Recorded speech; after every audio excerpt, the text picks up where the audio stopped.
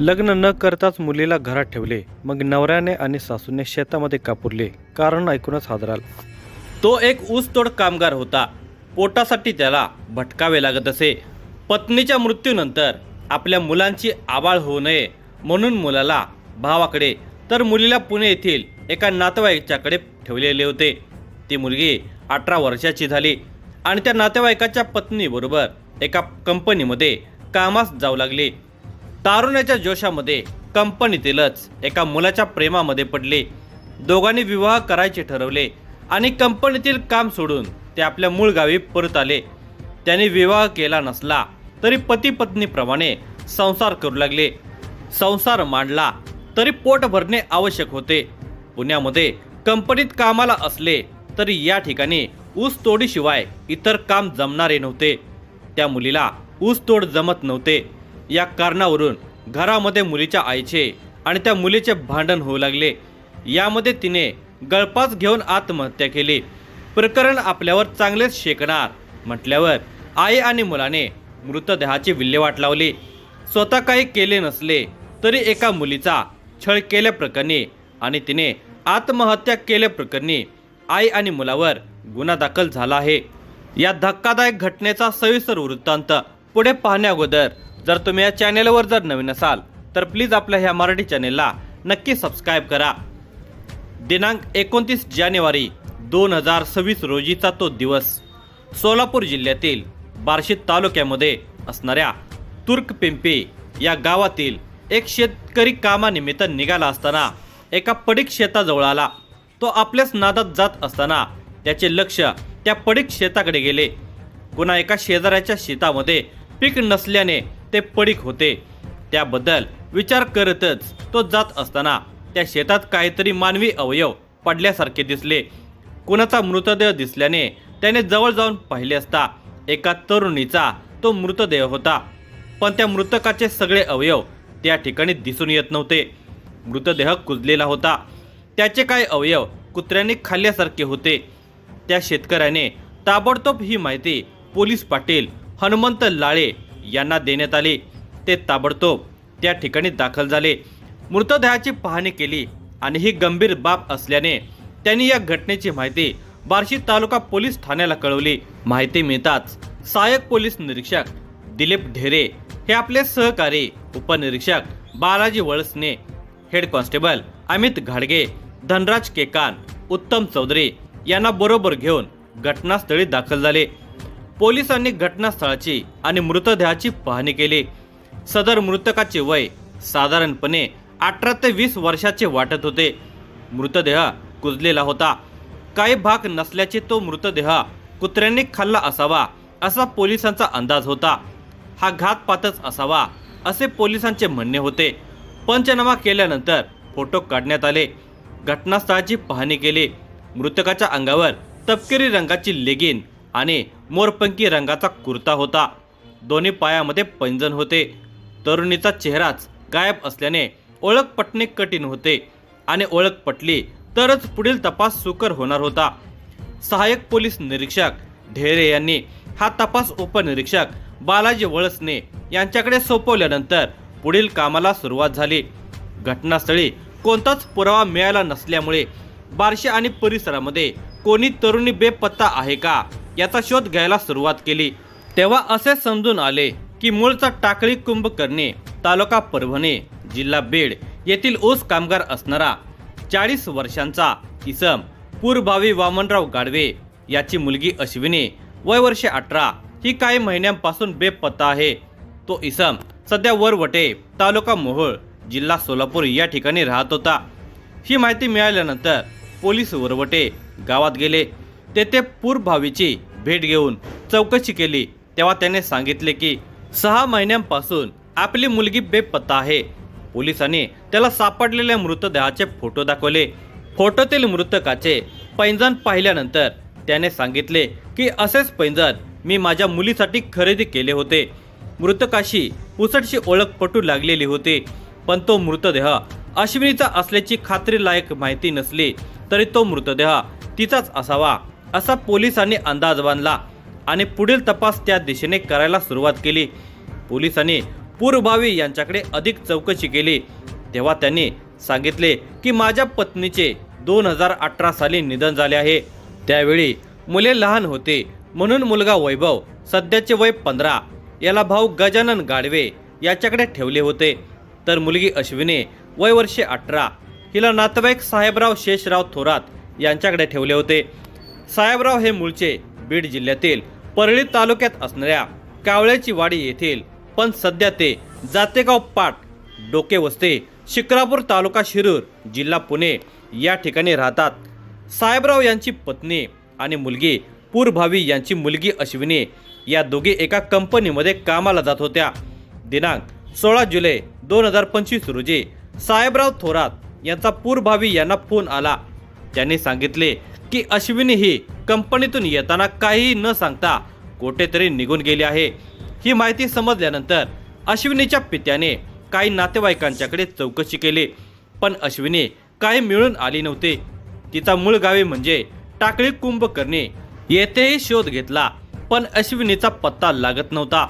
पूर्वभावी सगळीकडे अश्विनीचा शोध घेत होता, नातेवाईकांच्याकडे फोनवरून चौकशी करत होता, पण अश्विनीचा पत्ता लागला नाही। आपली मुलगी त्या नातेवाईकांच्याकडे जाईल अशी शक्यता वाटत नसतानाही पूर्वभावी यांनी सासू म्हणजेच त्याच्या मयत पत्नीची आई रुक्मिणी लिंबाजी बनगर राहणार झरी तालुका परभणी यांच्याकडे चौकशी केली तेव्हा त्यांनी सांगितले की काही महिन्यापूर्वी अश्विनी ही माझ्याकडे राहायला आलेली होती। ती राहावयास आली होती, पण सारखी कोणाशी तरी माझ्या मोबाईलवरून फोन करत होते। त्यावेळी रुक्मिणी बनगर यांनी आपली नात अश्विनीला खोदून विचारले होते की तू सारखी कोणाशी बोलतेस, पण अश्विनीने तिला काहीच सांगितले नव्हते।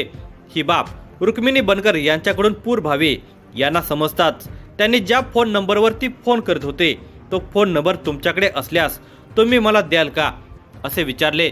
यावर रुक्मिणी बनगर यांनी तो नंबर शोधून जावई पूर्वभावी यांना दिला। नंबर मिळताच पूर्वभावी यांनी त्या नंबरवर कॉल केला।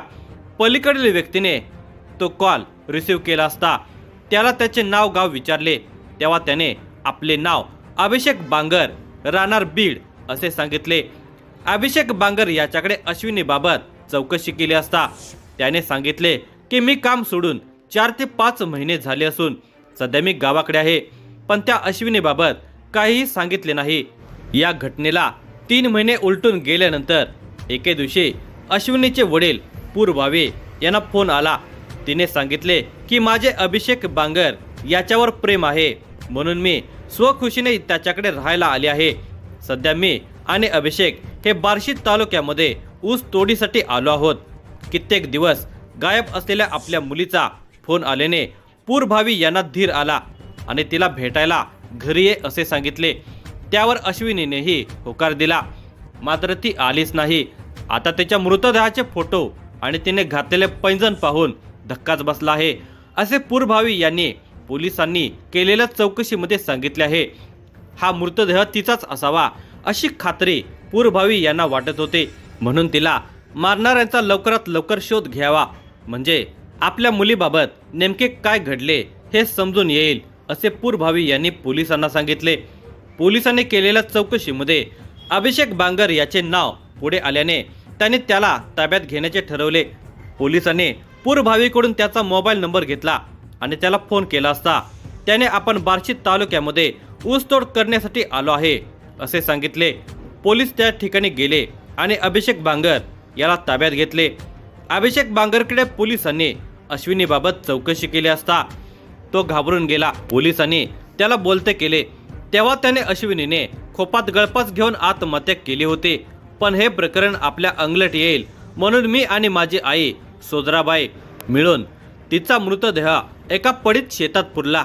अभिषेककडून अश्विनीचे नेमके काय झाले हे समजले होते, पण अधिक चौकशी करायची असल्याने त्याच्या विरुद्ध गुन्हा दाखल केला आणि त्याला न्यायालयासमोर उभे केले। त्याची 3 दिवसांची पोलीस कोठडी घेतली। पोलीस कोठडीमध्ये पोलिसांनी त्याच्याकडे चौकशी करण्यास सुरुवात केली। त्याचे पूर्ण नाव अभिषेक आश्रुबा बांगर असे होते। तो शिरूर जिल्हा पुणे येथील एका कंपनीमध्ये काम करत होता। त्याच ठिकाणी अश्विनी देखील काम करत होते। तेथेच दोघांची ओळख झाली। दोघे तरुण असल्याने एकमेकांच्या प्रेमामध्ये पडले. अभिषेकने पुढाकार घेऊन अश्विनीला आपले प्रेम आहे असे सांगताच तीही हरकून गेली.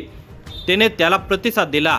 अश्विनी आपल्या कुटुंबाबरोबर राहत नव्हते, ते एका नातेवाईकाकडे राहत असल्याने राजरोजपणे तिला अभिषेकला भेटणे शक्य नव्हते. तसेच ती ज्या नातेवाईकाकडे राहत होती त्या नातेवाईकाची पत्नीही तिच्याबरोबर त्याच कंपनीमध्ये कामाला होती. दोघेही कंपनीत मिळूनच येत जात असल्यामुळे अभिषेक आणि अश्विनी यांच्या भेटीगाठी चोरूनच होत होत्या. म्हणून एके दिवशी अभिषेक याने अश्विनीला आपण विवाह करू असे सांगितले. तिने लगेच होकार दिला. तिचा होकार मिळताच अभिषेक बांगरने तिला दिनांक 16 जुलै 2025 रोजी आपले गाव बीड येथे नेले. एका मुलीला लग्न करायचे आहे म्हणून अभिषेकने गावी नेले होते, पण त्याच्या हाताला तेथे काम नव्हते. काम सोडूनच तो आपल्या गावी गेलेला होता.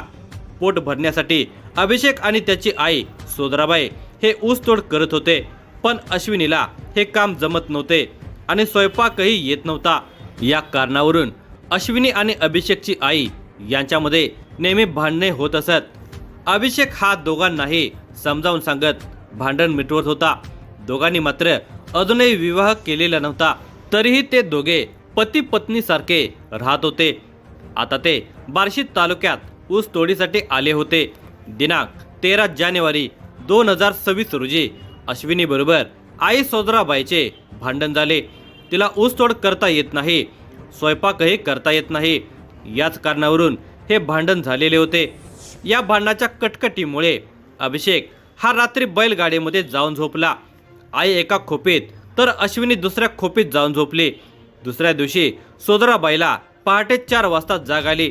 ती अश्विनीला उठवण्यासाठी खोपीत गेली असता अश्विनीने ओढणीने गळफास घेतल्याचे पाहिले. तिने लगेच मुलगा अभिषेकला ही बाब सांगितली. दोघेही घाबरून गेले. आता आपल्यावर बालंट येणार याची भीती त्यांना वाटू लागली. या मृतदेहाचा काहीतरी बंदोबस्त करायला हवा असा ते विचार करू लागले. एव्हाना इतर खोपीतील कामगार उठायला सुरुवात झाली. म्हणून ते दोघे सर्वजण आपापल्या कामावर जायची वाट पाहू लागले. सर्व कामगार कामावर गेल्यावर अभिषेक आणि त्याच्या आईने अश्विनीचा मृतदेह खाली उतरवून बाहेर काढला आणि बैलगाडी ठेवला.